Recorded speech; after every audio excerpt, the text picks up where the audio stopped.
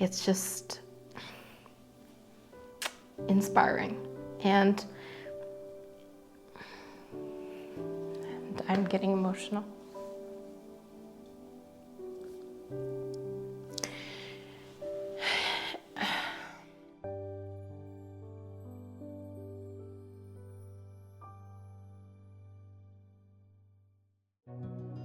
Welcome to March, YouTube family. It is my birth month, and to celebrate my 40th, I'm transforming my living and dining space into a designer atelier, inspired by Haute Couture fashion.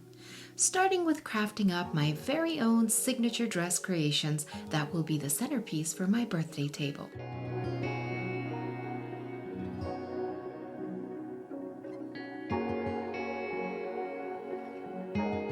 The first mannequin will feature a strapless black French Chantilly lace bodice with butterfly wing back, topped off with a matching lace capelet.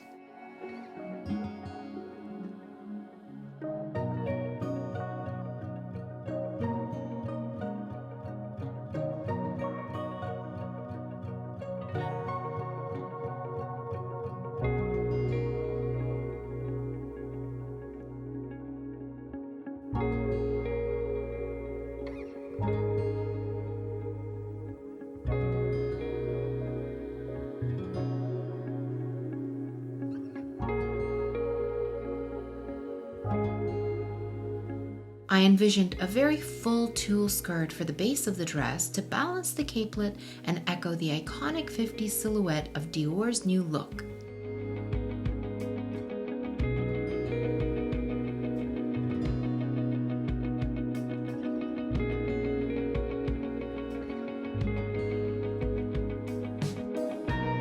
The lace is, of course, the main attraction of the design and used throughout the entire garment like a delicate overlay of floral motifs and mesh netting.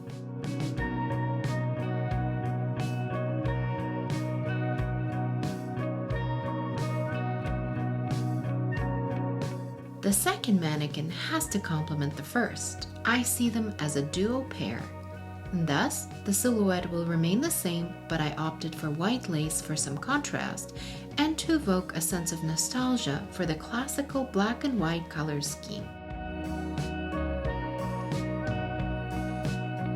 This little lady will have a single strap bodice and a very unique silk ribbon embroidery of flowers along the neckline.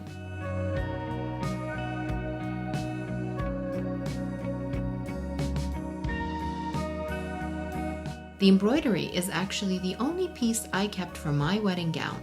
It was custom made by a talented embroidery artist for my waist sash. I'm happy to give it another life to be seen and admired in a new and repurposed way.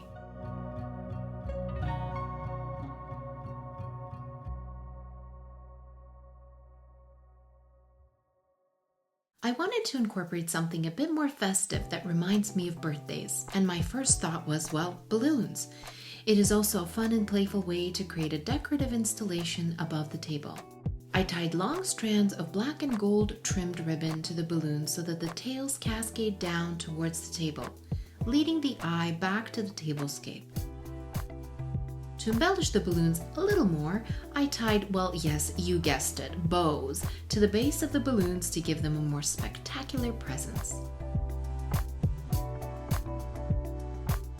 I placed them along the length of the dining table in a staggering zigzag pattern to fill up the ceiling surface, which adds dimension and whimsy.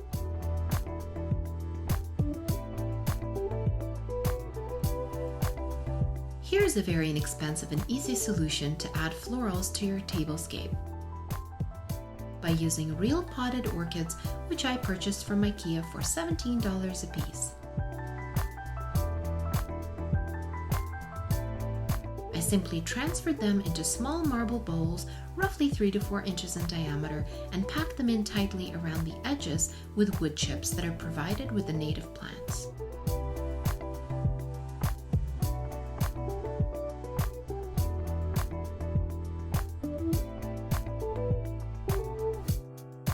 If you want to ensure that they're very secure, then I suggest using pin frogs at the base of each bowl. The link will be provided in the description box.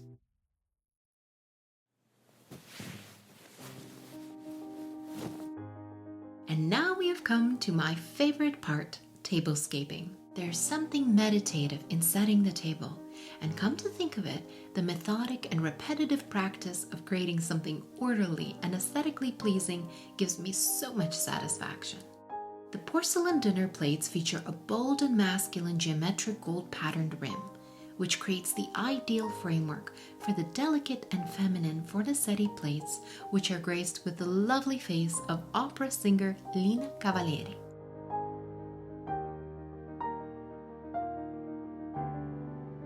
By putting together juxtaposing elements like sharp angular patterns with soft rounded ones, it evokes an energy of tension and interest, which our eyes absolutely love.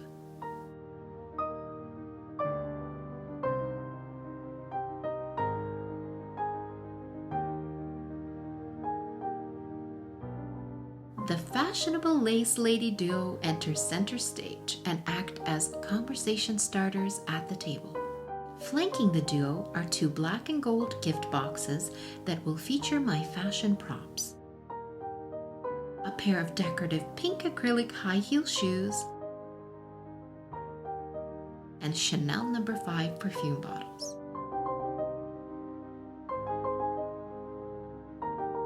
Nothing completes the look of a table like the accompaniment of florals. It is like music to a movie and a delicious dessert to coffee or tea.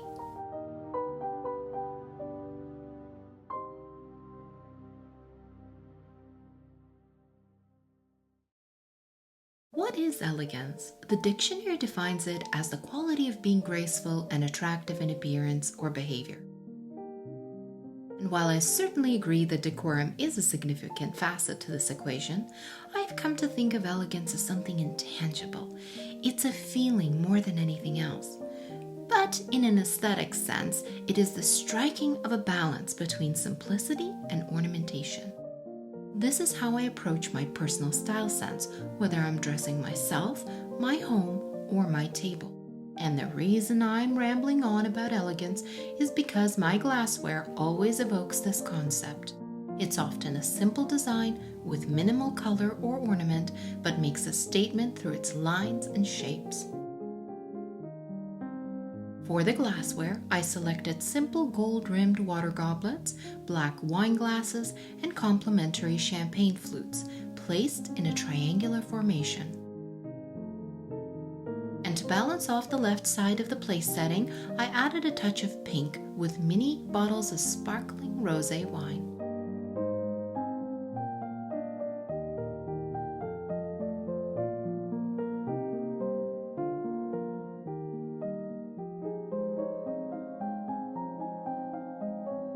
Carrying through the pink elements, little pink high-heeled shoes were placed along the rim of each wine glass. The pink shoes daringly stand out against the black glass. For filming purposes, I didn't attach them to the rim, but I would advise using a dot of hot glue to adhere them in place. For the finale, I placed these adorable fashion doll keychain charms at each guest's place setting. A limited quantity is up for grabs on my storefront in the link provided.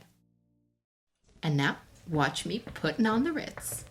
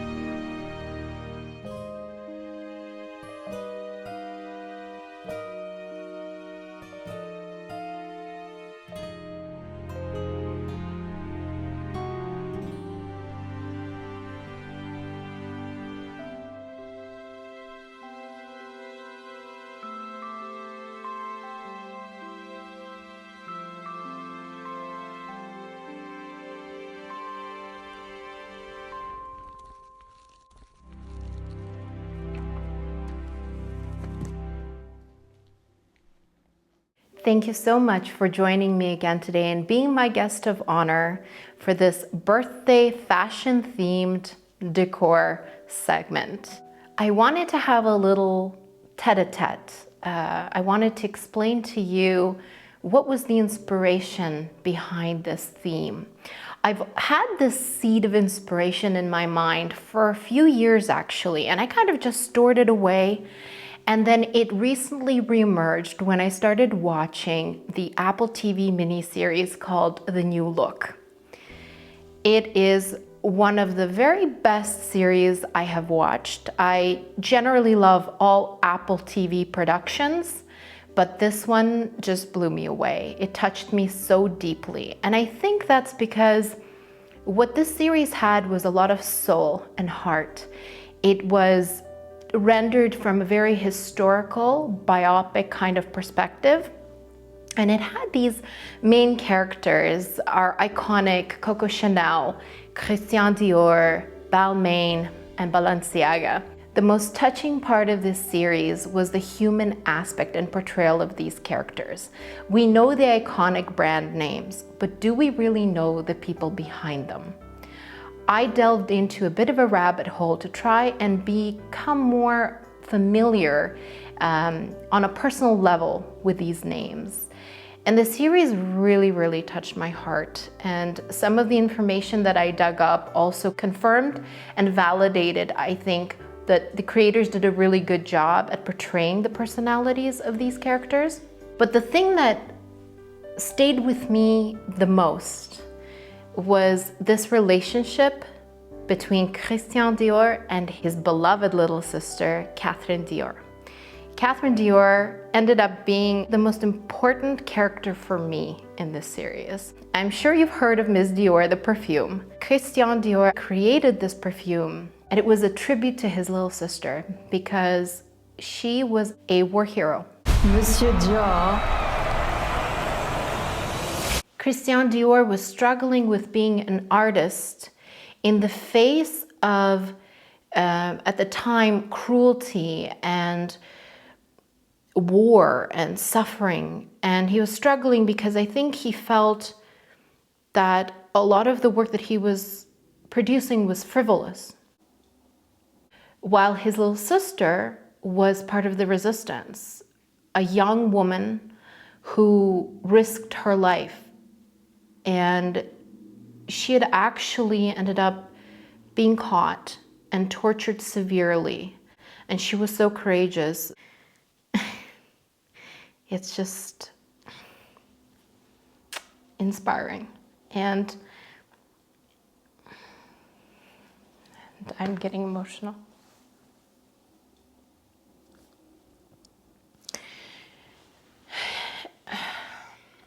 Even though this is not a political channel, I feel so greatly passionate about this.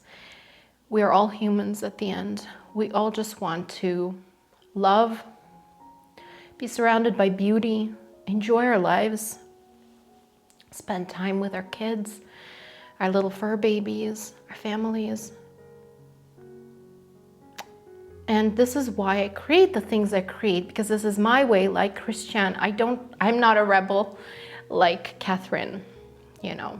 There are people out there that are very strong like that. And there are people like us who are florists, who are decorators, and even though it seems like the things we do are frivolous, we try to create environments of beauty. Not only are they a mode of survival for us, that's exactly what Dior says, that he was able to survive through it all, through the beauty of creation. And the money he ended up actually earning during this time, he donated and helped his sister and the resistance in France to fight the Nazi occupation. In many ways, we all have a hand in doing something positive and doing something good. And I really hope that the things that I'm doing here are also creating a positive stamp on the world. So it's my greatest wish that going into 2025, these wars will stop, that people can have some peace, live in harmony, celebrate and love again instead of hate each other and be polarized like we have been since 2020 over all sorts of issues. I think we need to bridge things and come back to that time where we agree on things rather than disagree on so many things. So this is dedicated to Ms. Dior. We're going to honor her and cheer for her and raise a glass and say thank you to all of these people who fight for goodness, who fight for peace, who fight for the right things. And I really just hope that you've also, aside from just the inspiration and the little things that you can take away, that you carry this love and you carry maybe this message into the things that you're going to create. So every time you put together a table, a tablescape, or you cook a meal for your family, all of that is a form of art, and all of it is a labor of love. And what you put into that, you're creating that little piece of heaven, maybe in your own four walls, in whatever edge of the world that you're at, and you're surrounding yourself by the people you love and sharing in that. That's really what I want you to take away from this. And I'm not sorry for being emotional because that's just who I am, and I'm vulnerable here, but this is how I feel. I hope you got to know me a little bit better through this moment. I don't know, that's about it, I guess. And I hear the doorbell ringing, and I think those are my girlfriends. So we're gonna crack open the champagne and celebrate life. Au revoir.